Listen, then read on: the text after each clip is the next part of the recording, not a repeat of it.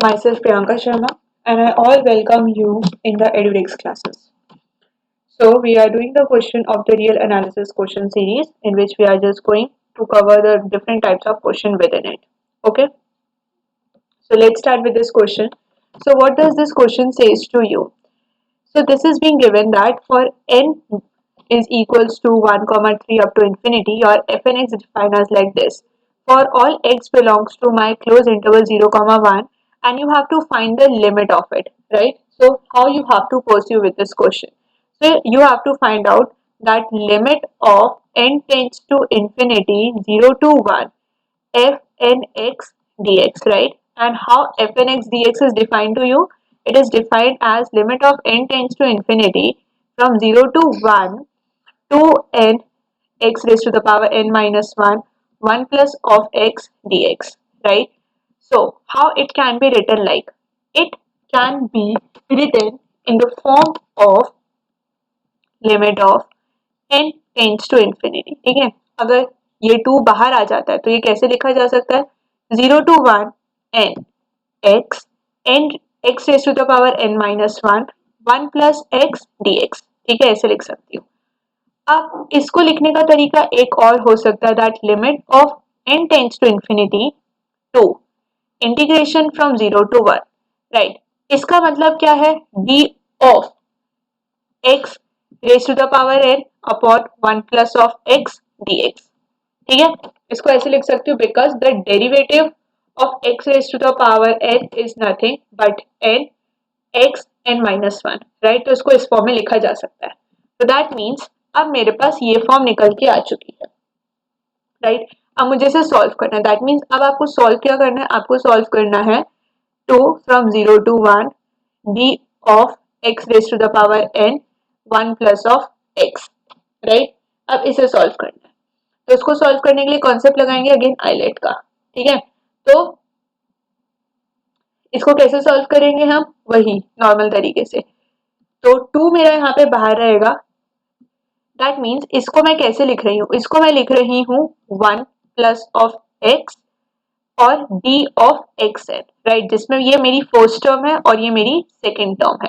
ठीक है, of dx, right? 0 से लेके 1 तक में जा रहा है. तो अब कैसे लिखा जाएगा? 2 पहली term as it is, integration of दूसरे का करूंगी तो मेरे पास क्या निकल के आएगा? x से निकल के आएगा, which is varies from 0 to 1, right?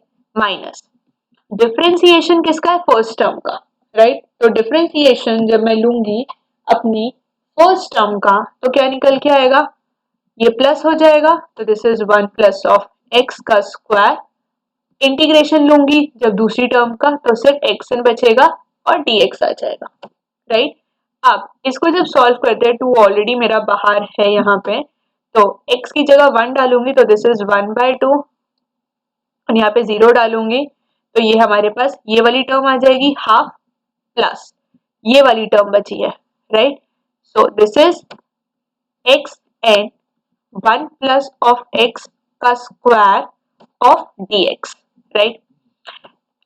Limit लगानी थी तो यहाँ भी अगर लिमिट लगाऊंगी तो यानी कि फर्स्ट टर्म के लिए that means 2 of limit of n tends to infinity 1/2 plus integration limit अंदर चली जाएगी, that means limit of x raise to the power n 1 plus of x का स्क्वायर ऑफ dx. यहाँ पे इंटीग्रेशन कहाँ से कहाँ तक में जा रहा है? 0 से लेके 1 तक में जा रहा है. तो पहले पार्ट को सॉल्व कर रही हूँ तो 2 इंटू 1/2 आ रहा है, प्लस दूसरे पार्ट में 2 यहाँ पर है, 0 से लेके 1 x n 1 plus of x का स्क्वायर dx आ गया. दैट मीन्स इसको सॉल्व करेंगे तो आंसर 1 मिल रहा है. अब इस वाले पार्ट को सॉल्व करना है, राइट? यहाँ पे लिमिट वाले पार्ट को सॉल्व करना है. That means what I need to solve, I need to solve limit of x raise to the power n.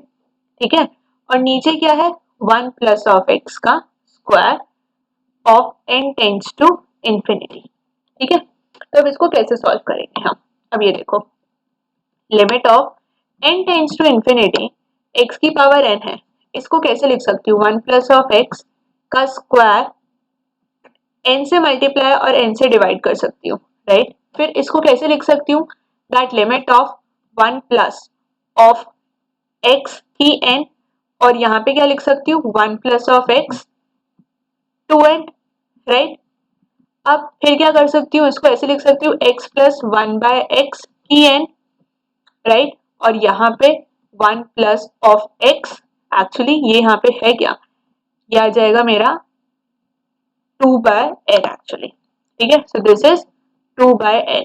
अब इसको देखो ऐसे लिख सकते हैं, x कॉमन लेंगे तो आ जाएगा आपका 1 प्लस 1 बाय एक्स की n, राइट। और दूसरा है 1 प्लस ऑफ x की 2 बाय n, राइट। तो ये फॉर्म क्या हो सकती है, this is e raise to the power n by x, ऊपर जाएगी तो माइनस हो जाएगी, राइट। और सिमिलरली ये वाली फॉर्म हो जाएगी e raise to the power minus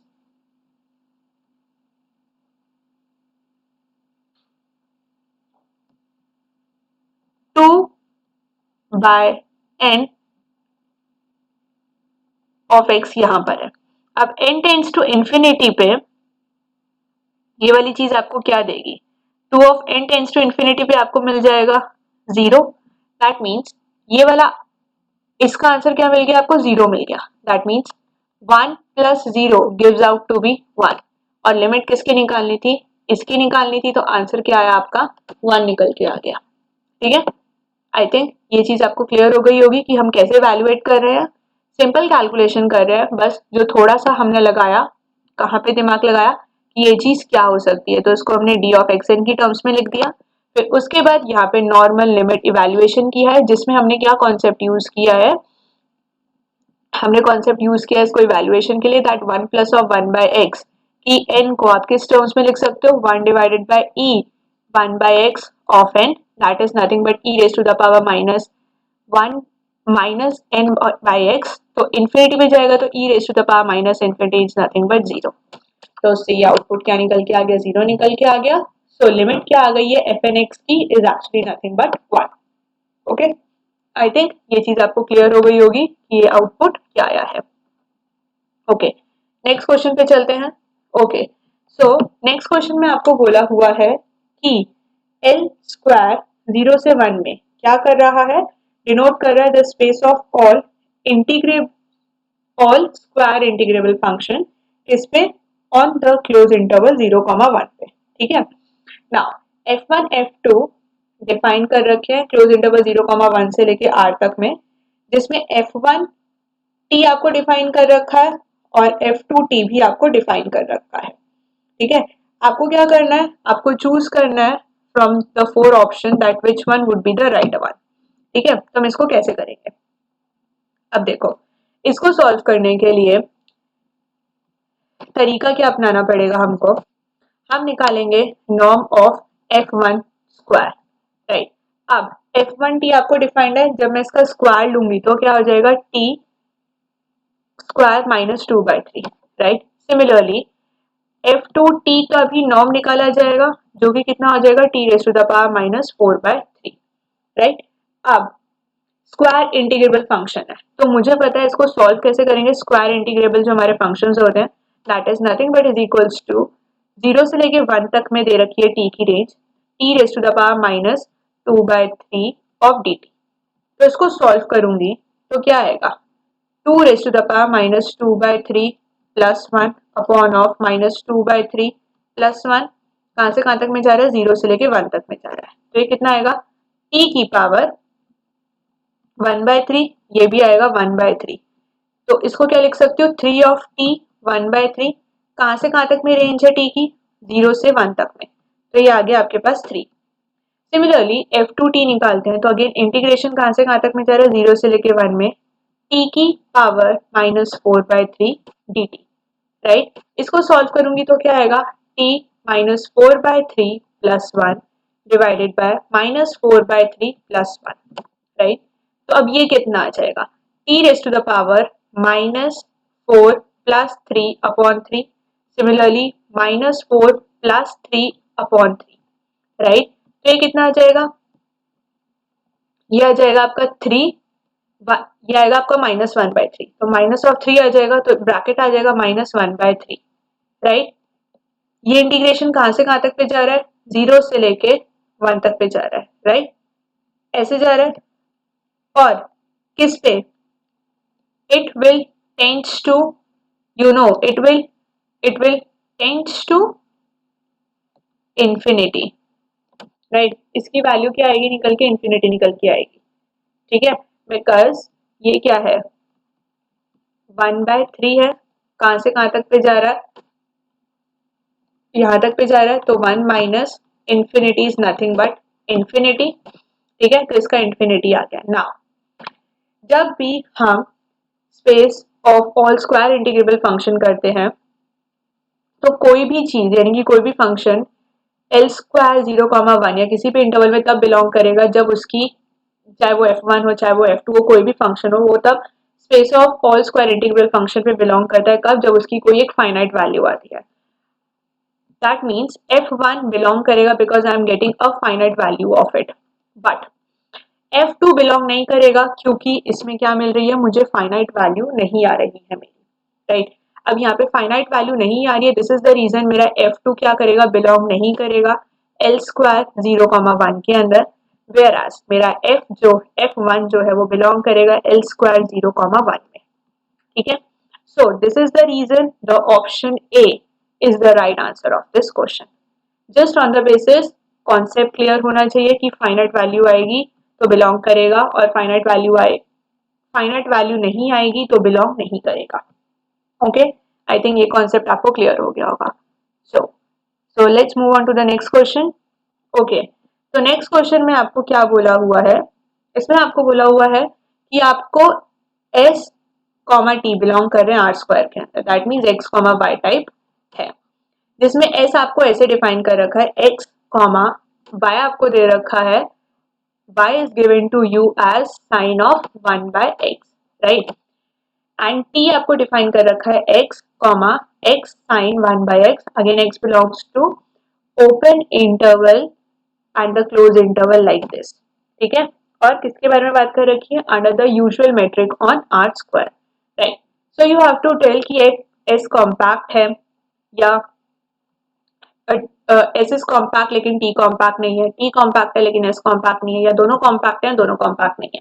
तो कॉम्पैक्टनेस का क्या होता है कि अगर किसी भी सेट को आप कॉम्पैक्ट बोल रहे हो तो उसका मतलब क्या होता है, इट शुड बी क्लोज्ड होना चाहिए और वो बाउंडेड भी होना चाहिए, राइट। दैट मीन्स अगर मैं सपोज एस को कॉम्पैक्ट बोल रही हूँ तो वो क्लोज भी आना चाहिए, वो बाउंडेड भी आना चाहिए। सिमिलरली अगर मैं टी को कॉम्पैक्ट बोल रही हूँ तो टी मेरा क्लोज भी आना चाहिए और क्या आना चाहिए, बाउंडेड भी आना चाहिए।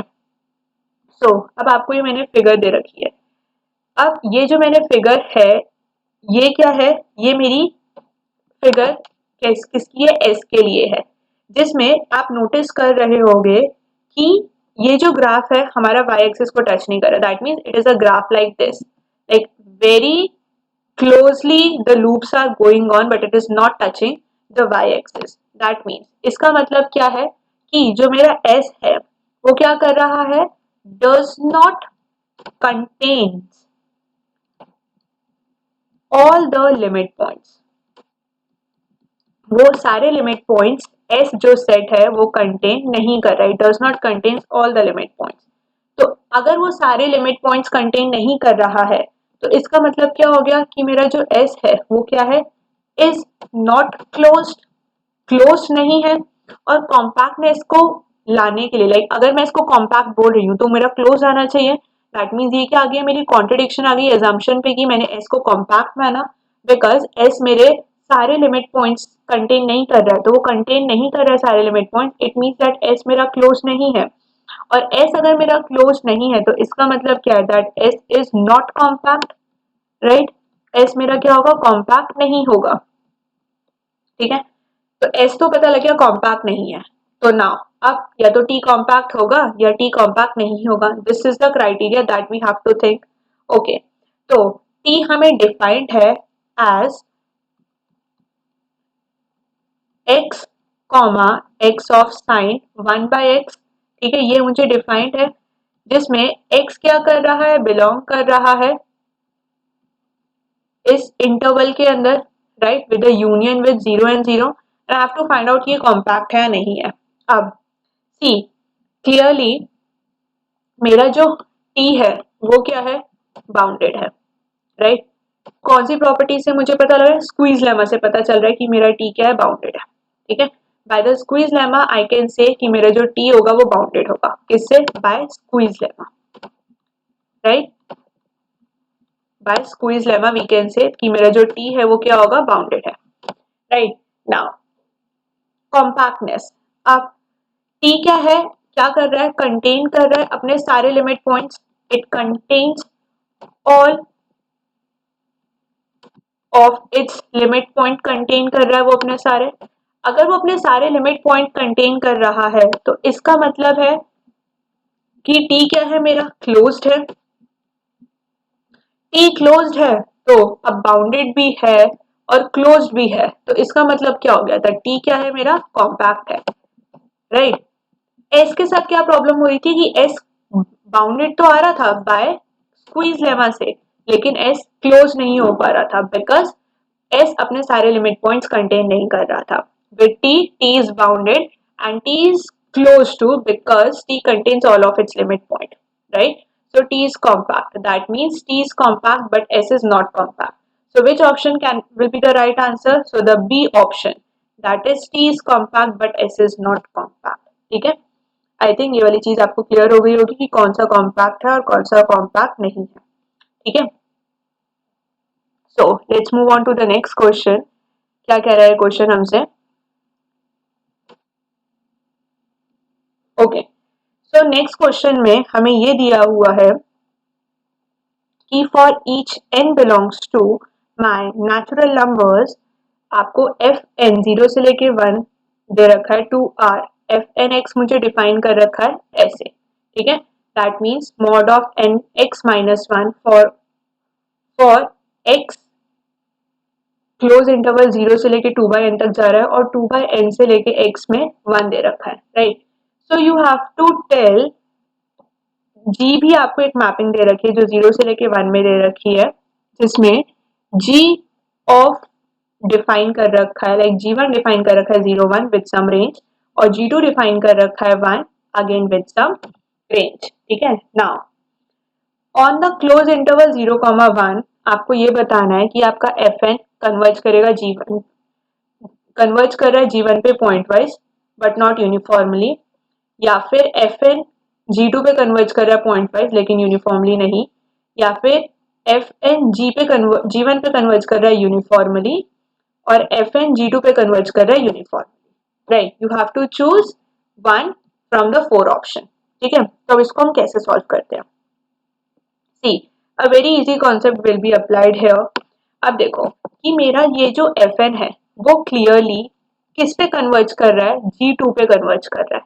क्यों कन्वर्ज कर रहा है, because Fn from the interval G2 पे कन्वर्ज कर रहा है पॉइंट वाइज, कैसे, एज मेरा जब n टेंड करेगा इंफिनिटी को तो मेरा 2/n किस पे कन्वर्ज कर जाएगा, 0 पे कन्वर्ज कर जाएगा, जिसका मतलब है एफ एन एक्स वहां से क्या निकल के आ रहा है, 1 निकल के आ रहा है which is actually equals to my G2 of x, ठीक है। तो ये चीज क्लियर हो गई किस इंटरवल के लिए कि x मेरा 0 से लेके 1 तक पे है, राइट। क्यों मैंने बोला कि Fn कन्वर्ज कर रहा है G2 पे, कब, जब मेरा n टेंड कर रहा है इंफिनिटी पे, that means 2/n converges to 0 which implies कि Fn क्या आ रहा है, 1 है already defined in the function. I am just using that concept and which is actually equals to my G2 of G2x, ठीक है। That means ये तो पता चल गया कि Fn G2 पे कन्वर्ज कर रहा है uniformly, not uniformly it is, अभी तक तो मुझे पॉइंट वाइज का पता लगा है। अब Fn कन्वर्ज क्यों नहीं करेगा uniformly, reason being is that suppose मैं एप्सिलॉन को डिफाइन कर लेती हूँ वहां पे हाफ, राइट, किसके लिए, for x is equals to 1/n के लिए, तो मेरे पास क्या आ जाएगा, we have f of 1/n किसके इक्वल है, 0 के इक्वल है।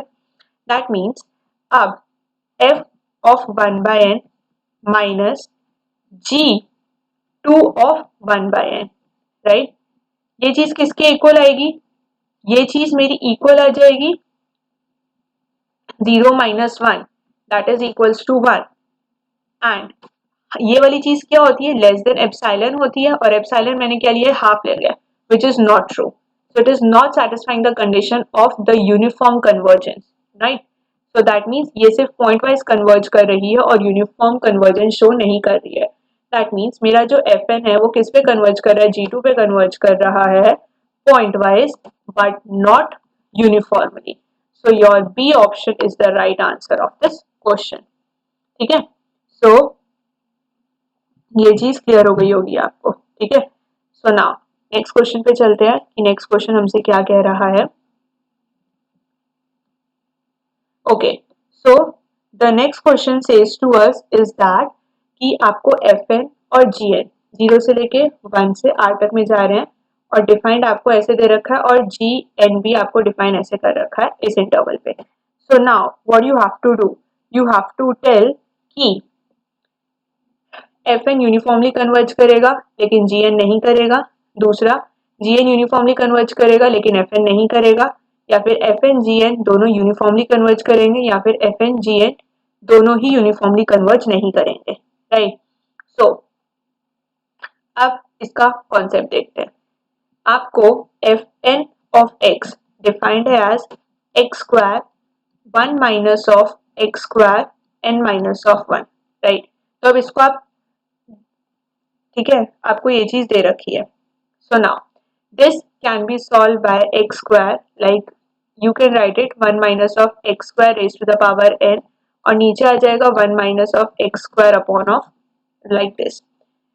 अब ये देखो, यहां से आपको क्या पता चल रहा है कि आपका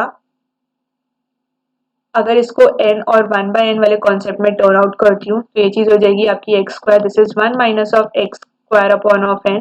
नीचे वाले को भी मैं लिख सकती हूँ 1 minus of x square upon of n और ये वाली चीज हो जाएगी 1 minus of x square upon of 1/n. Right, so this thing can be written as x square, तो ये वाली चीज कैंसिल हो जाएगी and this can be written as 1 minus of x square raise to the power minus 1/n. Right, n tends to infinity पे ये वाली term क्या हो जाएगी, 0 हो जाएगी. किसी की भी बात 0 होती है वो 1 हो जाएगा, तो I am left with x square. That means on the interval 0,1, right, so on the interval 0,1 तो ये वैल्यू मेरे पास क्या निकल के आएगी. दैट मीन्स अगर मैं x को 0 रखती हूँ तो मेरे पास 0 निकल के आएगा और दूसरा अगर x की रेंज 1 और 0 के बीच में तो ये वैल्यू क्या निकल के आएगी, 1 निकल के आएगी. तो that means it is showing कि मेरा जो ये सीक्वेंस Fnx है वो कॉन्टिन्यूस नहीं है through out on the interval 0,1 पे. ठीक है, तो ये डिसकॉन्टिन्यूटी शो कर रही है.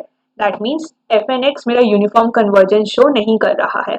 राइट, यही चीज अगर मैं Gnx के लिए देखती हूँ, राइट, तो Gnx क्या दे रखा है 1/n square and this is 1 plus of x का स्क्वायर. राइट, तो अब यहाँ पे mn by Weierstrass m test हमेशा अगर फॉलो करते हैं ये आएगा मेरा 1/n square. It will converges to 0 as my n tends to infinity. So by Weierstrass m test and by ये मेरी converge कर जाएगी. Reason being is that because it converges by which test, by p series test and Weierstrass m test के through मेरा जो gnx है वो मेरा क्या कर जाएगा, uniformly converge कर जाएगा. तो इसका मतलब है कि मेरा जो f है वो uniformly converge नहीं कर रहा है on the interval 0,1 लेकिन Gnx uniformly converge कर रहा है. तो which option will be the right answer of this question? So the option B will be the right answer of this question and I think the concept of it is being clear to you.